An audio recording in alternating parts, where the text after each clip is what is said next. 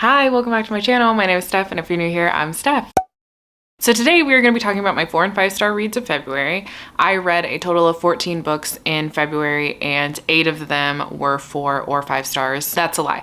7 of them were 4 stars. 1 of them was a 5 star. So we're just going to go in reading order. So I started the month off reading We Spread by Ian Reid, and for a while I didn't really have a rating for this, and I'm still not sure if the rating that I'm going to tell you today is my final rating for this book because my opinion on it changes daily, and the way that I think about this book and my reading experience with it changes daily. But as of right now, I'm giving it a solid 4 stars. So We Spread is about our main character named Penny, and Penny is an artist. She's lived in the same apartment for decades, and we kind of know that she had a partner who has seemingly passed away. The thing about the time in this book is it's really unknown how time is passing. We are living through Penny's perspective. So time passes a little bit differently for her because it seems that she might be developing Alzheimer's. So there are times in the book where the narrative jumps from one point in time to another point in time, and it's a fairly big jump. It could be hours, it could be days, and that's because she's not remembering those moments. So as you're starting to get to know Penny and realizing that she's dealing with lapses in memory,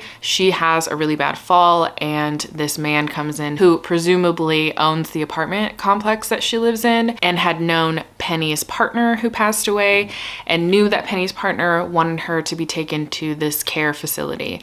So he ends up taking her to the care facility after this really intense fall, and Penny not being able to really remember the fall or what led up to that moment or how long she had been down. He takes her to this care facility. He's trying to kind of remind her that, like, yeah, this is what you and your partner agreed on. You visited this place before. You both really loved it and thought it was the perfect place. So she gets to this care facility, she's checked in, and she starts to get really weirded out by this place and about the circumstances she finds herself in. And you're really seeing her suffer through not being able to rely on her own memories. And there's a really great line. I say great, but it really broke my heart. There's a great line in there where she's talking with another resident at the facility, and he's an elderly man as well. And she talks about how she would go to the park and people would just ignore her. They would act like she didn't exist. And he essentially says to her that the world does a really good job of ignoring old people and pretending they don't exist. And it just really resonated deeply with me because I think about this a lot. I think as you're getting older, you think a lot about what your health is going to look like in a few years. And I think that for me personally, I struggle with arthritis and chronic pain. So sadly, I often get into spirals about what is my health going to look like when I'm older. It's funny, I'm not really scared of getting older, but I am scared of what comes with getting older. So this book really takes a deep dive into how I would say specifically the US views aging and treats the elderly community here. I think different cultures and different places are very different in how they treat the older generation and how they view their elders. So this book really portrayed a lot of things about getting older, but the other aspect of this is that Penny is losing her memories, and so you are experiencing that loss of memory, those lapse in memories, and how helpless and scared she feels and how she can't trust herself. And that's a very real and raw feeling throughout the entirety of the book. And so you don't know in this book if things feel creepy because Penny can't trust herself or if things feel creepy because there's something off in this care facility. It was a very emotional read. I also read Tomorrow, Tomorrow, and Tomorrow by Gabrielle Zevin, and I ended up giving this also a 4 stars, a solid 4 stars. I read this for Noelle's book club, the Disco Book Club. I will link Noelle and that live show down below. I felt like we had such a great discussion during that live show, so I actually recommend watching that over the review I'm about to give because I'm so far removed from the book now that I'm sure my review and my thoughts are not going to be as comprehensive as that live. But Tomorrow, Tomorrow, and Tomorrow. This book is essentially about 2 friends, Sadie and Sam. And Sadie and Sam met in a hospital. Sadie's sister was in the hospital and Sam was in the hospital, and he ended up being in the kids' waiting room, and Sadie and Sam play video games together, and they really bond within that moment and over playing that video game. It turns out that Sam was actually in the hospital due to this really tragic car accident, and that was the first time he has spoken to anyone since that accident occurred and since he has been in the hospital. So Sadie ends up continuing to kind of go visit him as community service, but Sam doesn't really know that it's community service. So when he does find out, they kind of have their own falling out. But the one big thing that remains between them is video games. So you fast forward to them in college, they end up reuniting and end up going on this journey together in making different video games that are starting to become very popular. And so they go on this basically lifelong journey of being business partners, but also being best friends. And this is absolutely not the best way of describing this book, but I definitely think that at the bare minimum, this book is all about friendship, and specifically messy and real friendships, and how they are sometimes cyclical, you know, depending on the people. But I think the title really plays into that Sam and Sadie, no matter what they go through with each other, and no matter how many times they have a falling out and come back together, they will always have tomorrow and tomorrow and tomorrow. And I think that's essentially the core of this book. There's so much more that happens in here. And I will say that I've seen some critiques of this book in terms of how it depicts and discusses the BDSM community and the way that it depicts Sam's disability. So because of Sam's accident, he ends up with a really bad leg injury that eventually gets amputated, and he has a prosthetic. So for those two aspects of the book, I can't speak to them, but I'll leave a few reviews down below that I remember seeing that sort of critique this. It's funny because I would say that if you made me rate the first quarter to almost half of this book, I would have given it like a 3 stars. And then if I were to rate the second half of this book, I would have given it 5 stars. So I did settle on a 4. But I think I had such a rocky time with this story, and in the end really appreciated what it was doing, but I don't think it's a story that everyone's gonna just love. I think the writing is impeccable. Gabrielle Zevin really can write a paragraph like nobody's business, but I do think that the intrigue for a time was just not there for me, and I also really struggled with a couple of the characters in here. Sadie enters into a fairly abusive and toxic relationship with one of her professors, who I'm forgetting his name right now, but he plays a pretty big role in her life, not only within this relationship, but also within her career. And I really struggled with that relationship, and I really struggled with the lack of consequences for that relationship. I do think it's realistic in the sense of how the real world plays out, but that doesn't mean that I have to be okay with it, and I'm not okay with it in the real world. Wasn't okay with it in this book. I think there were a few lines with the specific character that it was so frustrating. Again, I think it does portray things in a realistic light in ways, and then in other ways it feels like, why can't we see any consequences for this person who's very aware of what they're doing? I really enjoyed the video game aspect. As somebody who really loves video games, I grew up playing video games, and I still currently dabble in, you know, video game playing. I really enjoyed that aspect. I really liked the part of them creating this game and you learning about how they're creating the game. And I think I said this in the live discussion as well, that it was very interesting to have a book that is heavily about video games, but it's not a sci-fi. There's no science fiction. It is a literary fiction. It is about their friendship and about their traumas and their lives, and how their lives have brought them together and pulled them apart, and why they're kind of platonic soulmates. Then for Kayla's Read It Down, I ended up reading How High We Go in the Dark, and I gave this a 4.5 stars. I really loved this. This is a collection of, I would say, vignettes. Some people say it's short stories. Either way, it's a collection of these different stories that have a common thread, and in the end, when you find out the end, everything ties together. And it is one of the coolest reading experiences I've ever had, but also the saddest reading experience I've ever had. Basically, How High We Go in the Dark is about a pandemic. And so you find out in the very beginning story, scientists uncovered a body in some permafrost. When it thawed, it ended up releasing this ancient disease, and this disease in turn ravages the world. And so you're going through these different stories, seeing the progression of this disease and this pandemic, and how people are reacting to it, and how science is coming into play to try to cure this disease, but also trying to adapt to this disease. You get to see how the future is shaped by what happened due to this disease and this pandemic. And in the end, there's a very interesting conclusion that I think was unexpected, yet really tied it together in such a meaningful and interesting way. Again, there are major triggers for so many different things in here because it is a pandemic book. I do think that it really reflects a lot of probably our own feelings about the pandemic. The second story in this collection broke me. really broke me. I think most of the stories really got me, but I will say the middle chunk, I think the middle like 3 or 4 stories, I didn't connect to as deeply as a lot of the beginning and ending stories, which is why this isn't fully a 5-star for me.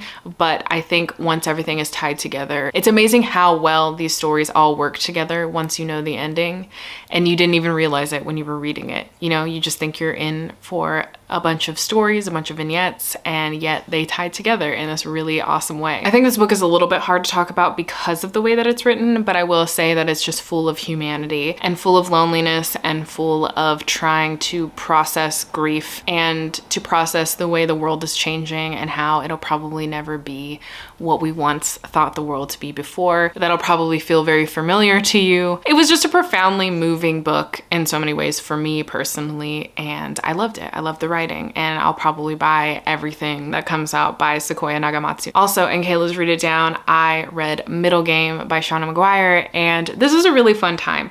I had a lot of fun with this book. I just had a few gripes about it, so I did end up giving it 4 stars.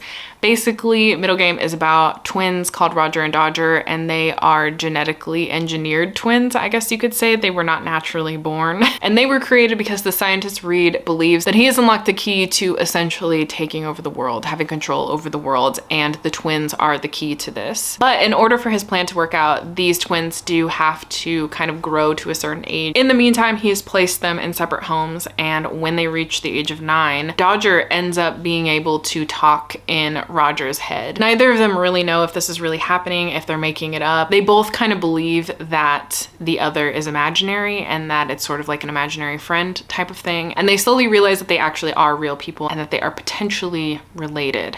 And so through different scenarios, they try to meet each other and end up not being able to do that. What's funny is that essentially this is supposed to be about Reed's plan of unlocking, you know, world domination, I suppose. But in reality, this book is about Roger and Dodger and their relationship and them coming together and pulling apart. And now that I'm saying this, it's funny because that's what Tomorrow and Tomorrow and Tomorrow is about. But this is actually science fiction / fantasy. But yeah, I would say that in the end, this story is really about Roger and Dodger's relationship. And I loved Roger and Dodger. I loved their relationship. I loved how real it felt. They definitely felt like siblings, and you can tell that they just loved each other deeply and that they completed each other. So I just really loved their relationship. They're doing yard work. They've done yard work like 3 times today, so I thought I was good. Do y'all miss all the yard work that happens in my videos? I don't. The yard work might come back. I don't remember what I was saying, but basically one of the gripes that I had about Middle Game is the fact that I felt Reed, who seemed to be a really pivotal part of the story, just felt like a mustache twirling villain. Like, you don't really get to know him as a character. You don't really get to know his motivations very well. And while I love Roger and Dodger and I love their story, and I think that their relationship and everything they're going through is super compelling, and even Erin, who is another character in here, is a very compelling character, and I ended up loving her by the end of the book.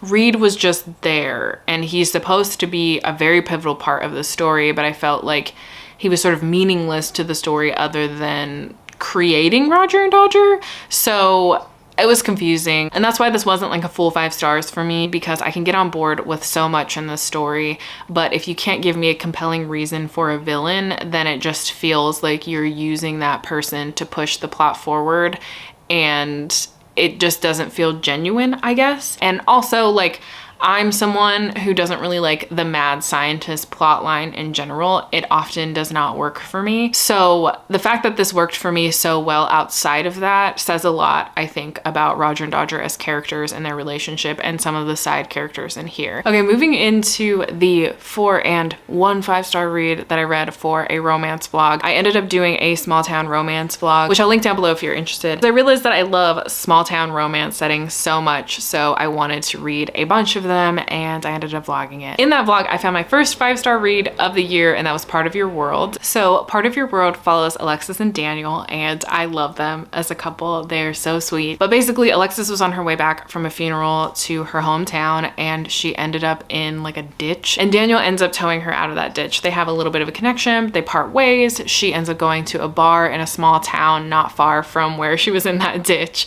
and Danielle and his friends are there. They don't really speak for a time, but then one of his friends like makes a bet that one of them can take her home. Daniel is not for this game, so when he's going and closing out his tab, he ends up telling her about their plan so that she doesn't get wrapped up into it. She ends up making a joke that she should just leave with him, and she does, and they do end up sleeping together. But early in the morning, she sees his like wallet on the counter and realizes that he is 10 years younger than her. She packs up her shit and she gets out of there. She's like, I can't be sleeping with somebody who's 10 years younger than me, but she can't stop thinking about him. She also has just gotten out of a really abusive and toxic relationship, so she ends up kind of reconnecting with Daniel, and they discuss their age difference, and they kind of discuss that they just want to keep this casual, but obviously they start to have really intense feelings for one another, and it is just really sweet and it's really funny. I think that if you are a huge fan of Heart of Dixie, that this would work really well for you. But I would like to preface that there is discussions and a portrayal of abusive relationships. So if that could potentially be triggering for you, I might avoid this because there is some heavy talks about it and there are some abusive characters that are involved in these plot lines on page. So I would just keep that in mind going into this book. But otherwise, I absolutely loved it and I gave it 5 stars. I just loved the dynamic between these two. I loved that she was older than him. Daniel's like a golden retriever type of character and I really loved it. Alexis is very sweet and very funny and very smart, and just I really enjoyed her character growth and the way that she changes throughout this book for the better and gets out of really shitty situation. And it just made me cry in the end, so I had to give this 5 stars. It is the only 5-star that I've given out this year, but some books have come close. I then read the Eden series in this vlog, and the only one that I gave higher than a 3 stars was Juniper Hill. So the Eden series itself follows the Eden siblings, and so in this one you are following, I think, the second oldest brother named Knox and his love interest named Memphis. Memphis ends up coming to work for Knox's sister's hotel, and right before she's about to start, she ends up calling Eloise and telling her that she can't actually afford to live there. She can't find anything that's in her price range, so she doesn't think that she can take the job. And Eloise is like, oh my god, no, I need you, and ends up letting her stay in Knox's like side house, extra house on his property without Knox's permission, really. Like, he knows about it, but he also didn't really agree to it. So anyway, he's pretty grumpy towards Memphis, but she's a single mother, and it kind of brings back a lot of memories for him and a lot of unresolved trauma from his past. So he tries to stay away from Memphis, but something keeps drawing him to her. And Memphis, on the other hand, is really struggling at being a single mother. You are really seeing the struggles of motherhood for her. And she's really drawn to Knox because he ends up sort of helping her through her baby's sleep regression, I guess is what you would call it. I don't know, I'm not a mom. So they end up falling for each other. I just really thought they had a sweet dynamic. I really enjoyed Knox as a character and Memphis as a character. I didn't think that I loved a single parent trope, but I did in this. The thing about these books and this series, they are more serious small town romances. There's a bit of crime in them, like I guess it could be crime fiction romance, I don't know what you would call it, but basically there's always something in here that's sort of related to a crime or this weird twist type of thing. This one was no different, which I thought it would be because the tone of this one was vastly different from Indigo Ridge, which is the first one. And in Indigo Ridge, she is looking into what could potentially be a murder case or murder cases. Whereas in this one, you didn't really have that. There's some inkling that something isn't fully okay with Memphis and the circumstances in which she left New York, I think it was, but the tone of it was so vastly different that I didn't expect there to be this kind of twist that happened, but there is a bit of a twist in here. So I wasn't expecting that. I don't think I like the crime aspect. I have a little bit of an issue with the men in these books in general. I think it really depends on how you like your male characters to act. These men were very possessive, and it was to a point of, you're moving in with me. It was never a, hey, do you want to move in with me? And do you really like me on this level to be this serious with me. It was like, you're gonna be my wife, you're gonna move in with me. It's not unexpected, it wasn't like jarring, but I don't love it. Like, it makes me a bit uncomfortable. I feel like Knox was less that way than his brother, who I'm forgetting his name, in the first book, but it still sort of had that same tone, you know? It was still there. So I just had like those little issues, but otherwise this was very sweet and I like their dynamic a lot. I really do like Knox as a love interest. I'm very hit or miss with the male love interest, it seems,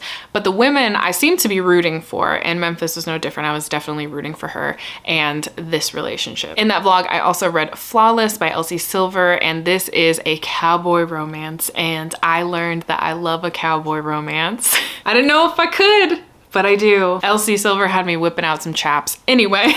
Flawless follows Summer and Reed is a bull rider, and he ends up getting into a fist fight with somebody over saying that he doesn't like milk, and it happened to get caught on camera, so he's losing a lot of sponsorships left and right. Summer's father is kind of his agent, I guess you would call it, and she ended up going to law school and building her career off this idea that she was going to play a big part in her father's company. So her dad basically says, well, your first job is you're gonna have to shadow this man, Reed, and clean up his image for him and get his sponsorships back. So Summer ends up living on the property that his family owns with him, and there's obviously a bit of attraction there, but Summer is really trying to take her job seriously, and Reed is kind of like, I don't know how I should feel about this girl, like she seems like a city girl. They obviously end up falling for each other. I think the great thing about this book is it didn't seem like it was gonna be super heavy on the plot. You're following Reed and Summer around as they're traveling for these different competitions and making sure that Reed is doing what he says he's gonna do,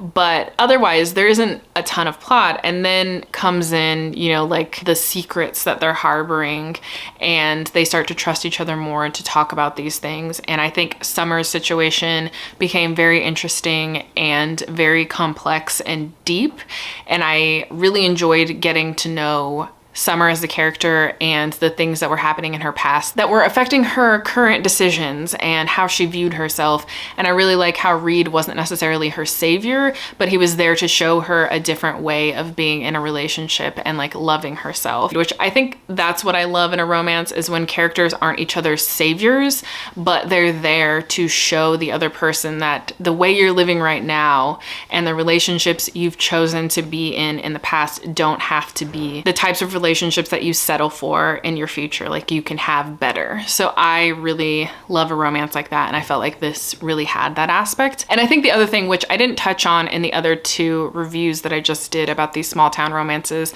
these three had great side characters and a lot of funny moments. And one of the major things that I look for in small town romances, much like small town shows, I really love side characters and like interwoven communities where everyone knows one another, and there's these big personalities that really play into the storyline and really play into the lives of our main characters. And I felt that in each of the three books that I have talked about so far. So I really love this one as well, and I will definitely be moving on with the rest of the series. And then the last 4-star book was Sweeter Than Honey by Joy Avery, and I loved this one. This one was so sweet. This one by far has that exact like thing I was looking for in terms of, if you love Gilmore Girls, if you love Heart of Dixie, if you like those quirky small town shows, this one did it perfectly. So in this, you are following Riley and Canton. Riley, she's a baker, she's single, she kind of has a crush on Canton, and Canton is the police officer in Honey Hill. And the really sweet thing is that they've known each other forever, but they've always been in their respective relationships, but they are now both single and they both have crushes on each other, but neither one of them knows it. And one day Riley's mom calls and basically says that she has set her up on a date with this man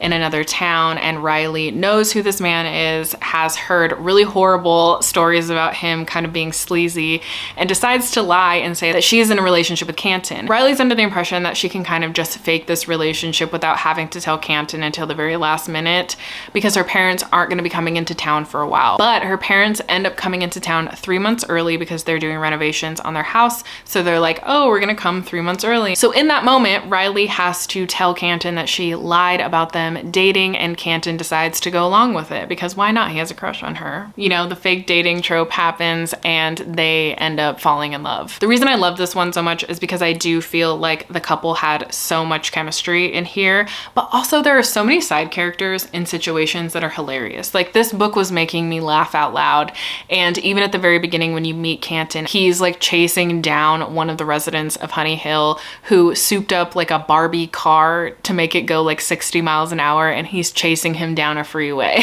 There were really quirky moments like that that just really tied everything together and really gave me that Gilmore Girl aspect that I was looking for. Like, this was the perfect book if you are a huge Gilmore Girls fan, in my opinion. And it's just cozy because Riley is a baker and she loves cooking and she loves like wining and dining the people that she loves, and she's just so sweet, and Canton is so sweet with her. And the fact that they have this intense crush on one another but they absolutely do not understand that the other person feels the same way was really cute. So I ended up really enjoying this one, and I can't wait to read more from Joy Avery. So yeah, those were my February 4 and 5 star reads. If you made it this far and have nothing to say, feel free to leave different colored heart emojis in the comments below, and I will talk to you next time. Bye.